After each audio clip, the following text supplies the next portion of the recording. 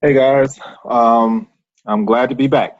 So check this out. I don't know if you guys knew earlier, but I didn't have access to my harmonic scanner, and so I was basically dead in the water for a little bit. But anyway, I'm glad to have the harmonic scanner back, and I wanted to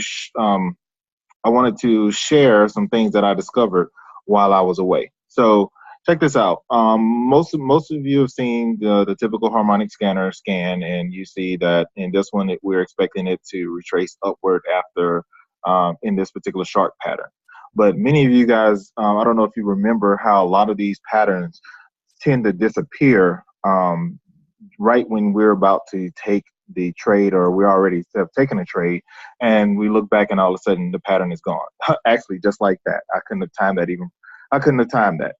So anyway, um, I want to show you what I learned while I was, basically um, not using our current scanner. And I want to say that Arnold actually taught us this a while back, but I don't know if he knew the exact reasonings behind this particular technique. So there's um, something called a primary reversal zone. Oh, I'm sorry, potential reversal zone. And this typically happens. This is in this particular zone right here. You'll see this box. And any trade taken within this box, from what I've been learning on other websites, this trade can easily reverse on you, and this pattern could actually fall apart. And so I can remember when we first learned the ninja strategy, how what Arnold would say that he wouldn't necessarily take the trade at the tip, but he would let it retrace 10 or 20 pips before he jumped into the trade, and then he would ride the trade on up or ride it down depending on the direction. And so, again, in looking for harmonic scanner examples while I was, without our IML harmonic scanner, I found some websites that actually talked about never taking a scan in what is called this potential reversal zone. And I was immediately, here's another example here, another reversal zone. Never take, so as you can see here, they're not taking it at the D. They're actually, what the rules I found on this website is to wait till a candle closes outside of this reversal zone.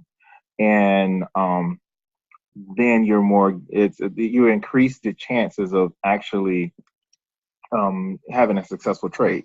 So this is bring up another example here. Here again, the candle closed outside of this reversal zone, and as you can see, it worked out perfectly. And finally, here's another example.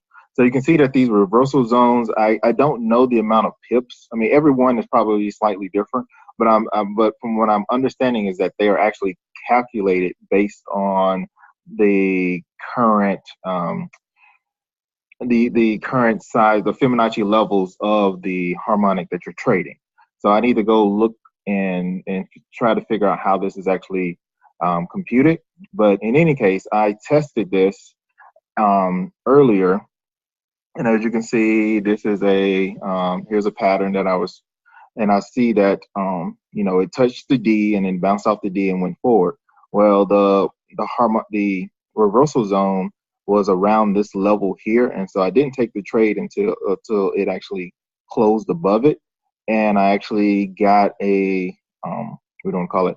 I actually got a successful trade. So, in any case, I wanted to bring this up to actually add credence to what Arnold has been telling us the entire time with the whole ninja strategy was, basically wait till, well, basically how he waits until the pattern has actually formed, and then doesn't necessarily, he basically sacrifices 10 to 20 pips before he actually jumps into the trade.